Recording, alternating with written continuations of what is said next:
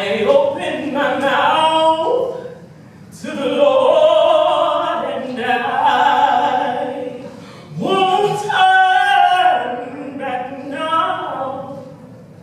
I will go, I shall go, see what the end is going to be. We stand. Yes. We stand on broken backs and lost souls of ancestors whose strength was strong enough to bear whip and chain in their bones.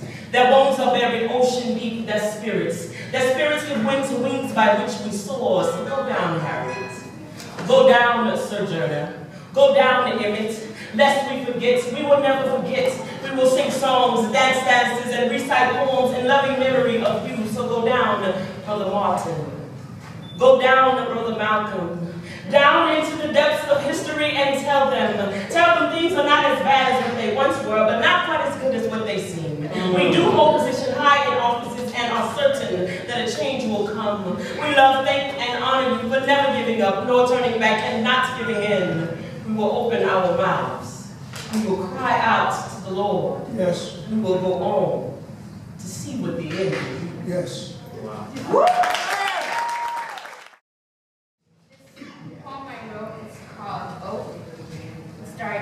Don't be a woman that needs a man. Be a woman that a man needs. This is a quote I live by. I'm not trying to go off feminist here, but listen closely. Clean out your ears and hear. Friends and family question me as to why I am alone, yet they don't see that being alone doesn't mean you're lonely. My response is this: I don't need a man to reach bliss. Some might say I'm selfish, and that might be true, but let me fill you into my shoe. I'm a go-getter, and what I want has to be better. I know I'm sounding pretty demanding, but before I fall for anyone, I have to check my standing. You see, this is who I am, the woman with the plan, that will stop at nothing till she creates her path. And I still get questioned about needing a man. Ha ha, I laugh. Can you please do the math? The only thing I need is guidance from above, and for the meantime, that's the only man I'll love.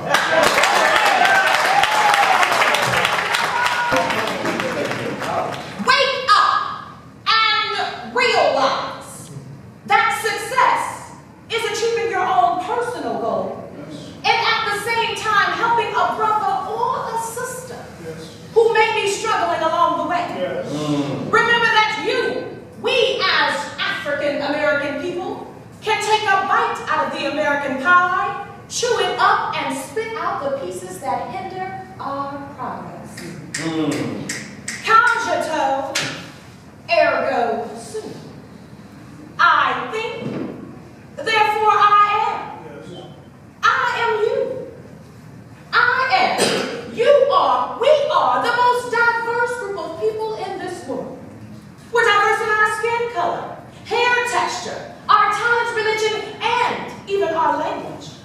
Right now, there's one who kneels down in prayer by saying, Our Father who art in heaven, Yes. hallowed be thy name. Yes. Next to one who faces the east and says, and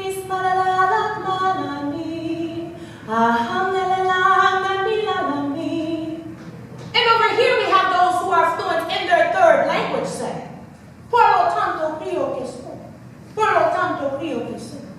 next to another who says, Je pense donc je suis. Je pense donc je suis. See how diverse your people, my people, our people are? Yes. Oh, but it's okay to be diverse because in actuality, we all live on the same tree, just on different branches.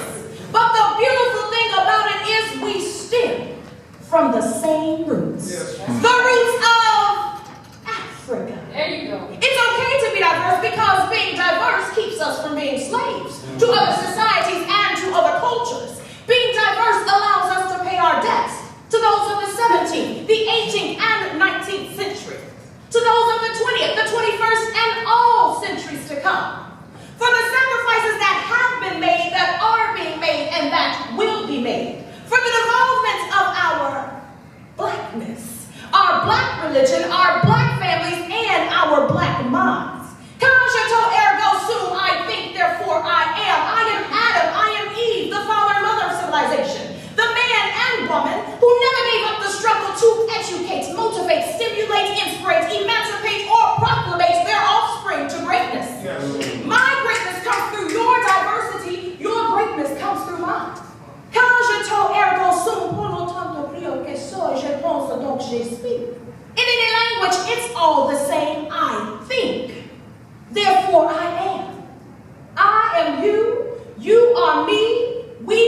are one. We are Africa.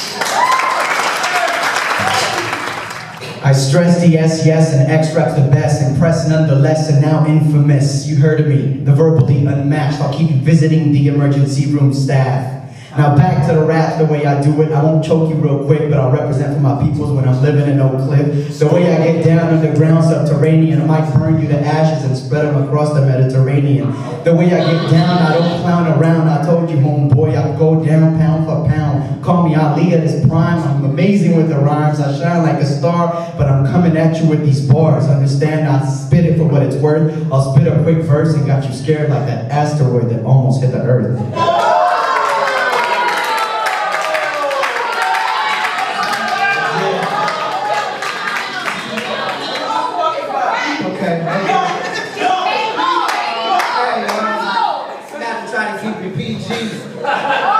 You can't even see me.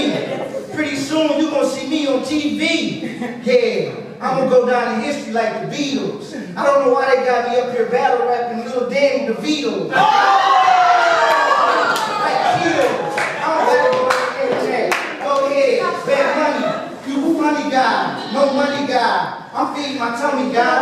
Yeah, I don't even know what to say right now. Cause you wanna get on the mic and play right now. Lightning. That's why there's nothing more frightening the sound of my raised voice in direction of my youngest daughter. You see, I don't ever want to look at me the way I imagine I look at my father. Right as I stare him in the face and ask him, how could you leave me in a place where oak trees are as scarce as two-parent families? Where the first word a hungry child learns is please. Ain't no shade on your family tree when a father leaves. Just boughs as broke as the vows he spoke the night he plucked me into existence. They say a tree can only withstand so much resistance. I wondered, if you cut my heart in two and counted the rings from the center to its edge, would it equal the number of years it's been since you left? Wow. You were the taking tree. Took everything you could from her. Took everything you could from me. Left my mother's arms looking for your limbs and grasping only air. That's why she didn't mind ensnaring men who only pretended to care. Somewhere between the muck and mire of a brown girl's fear and a white boy's desires, where my roots took hold, I was less than a year old. Nothing more than a sapling when you left me under the shade of the woman my mother used to be. Don't you see, Father? This is the story of a boy, a dull axe, and a tree. It's taken me years to cut you out of me. Can you imagine the cacophony? The sound of the blades striking against you? The sound of a family being split in two, and now that I'm through, I find I'm just as stumped as you. Wondering to do the remnants of you. Maybe carve one of your limbs into a cane. No, I could never lean on you. Maybe sculpt you into a blood-red violin. No, I wouldn't know where to begin to find the music in any of this, so I'll carve a coffin from your carcass, give your absence a purpose, and I'll fill it with poems. Most of them true and a few of them lies. I could write about your hands and her eyes. Some will be hellos, but most will be goodbyes. And I'll load you up, cart you far away from me, give you a proper burial at sea, and though my muscles may ache from all that weight, I'll walk you out beyond the break and let the tide take you away from me. Maybe then we'll both be free. Maybe then the world can see that I am the fruit and you are the tree. I fell from you and you failed me. I am the waves and she is the sea. I break away and she breaks me. I am not you, though you are me. I am the fruit that fell far from the tree. What can I make it through to the next level? Well, it's like a cast-down shovel meeting the mounds of dirt that covers and masks the decades of hurt and pain that drains every ounce of my energy. I so diligently want to spin within, learning to fight this flesh. I fail each test that tries my soul, and when I think that I am bold and firm in my convictions, it is in this disposition that I realize I place restrictions on my own limited ability. Oh, it's killing me to conjure the strength that I need to feed my spirit man. And yes, I know that I can do all things through Christ which strengthens me, but even I too have my moments when I choose not to believe, and when I do not receive those promises of God, it is I am the one who's left in the dark, forced and afraid to face my fears that consumes me. See, this boggles me. Oh, my life is like unto an unoccupied vessel, an empty tomb, if you will, with no resurrection to exhume me from this walk of life, seemingly fatal blows. See, no one knows which way the wind blows. I'm tossed to and fro like a rag doll, and my only recourse, I think, is to crawl up under that rock that drops, that boulder that knocks me unconscious with every tribulation that I face. No, it makes it a little harder to run this race that is in place before me. And in each day that I wake, I carefully place the face of fate before thee. I erase underneath the rug of shame the real truth about my identity that disgraced and embarrassed my father's name. Oh, don't get it twisted. There's never a day that goes by that my life is not listed among the whores and the liars, the thieves with thorns and sticklebush briars. Fornication and promiscuity became my second skin. I even left the natural use for the woman, burned in my lust for men. And there was never a day that did not go by that I did not numb this pain that crack cocaine supplied. I was even locked away like a bird in a cage without a key on the ring. Pull me to the side, and I won't mind telling me why the caged bird sings. And I wonder why I couldn't make it through to the next level. This is an end of the world poem. That's what it's called. When the clock strikes me, criminals and politicians will laugh and joke about how much they actually have in common. When the clock strikes me, Southern Baptist church choirs will sing songs from the Quran in Mandarin Chinese. When the clock strikes me, skinny people will still be the minority. When the clock strikes me, poets, philanthropists, and philosophers will be in power. When the clock strikes me, the American dream will be interrupted by the newest version of the American Idol. When the clock strikes me, preachers will put away their Bentleys and start having church on transit buses. Yes. When the clock strikes me, love will become the law, and arguments will be settled in magical mushroom contests.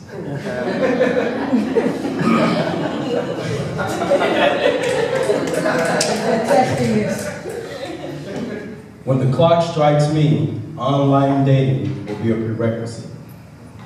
When the clock strikes me, God will realize all the lies that's been told on he or she and will fight to rewrite to have our history written correctly. When the clock strikes me, reality TV shows will be banned, burned, and outlawed. When the clock strikes me, cancer, AIDS, oil, heart disease, and birth control will no longer be under the government's control. Yes. But let's not talk about when the clock strikes me, nor when the clock strikes noon. Let's talk about when the clock strikes you. Wow.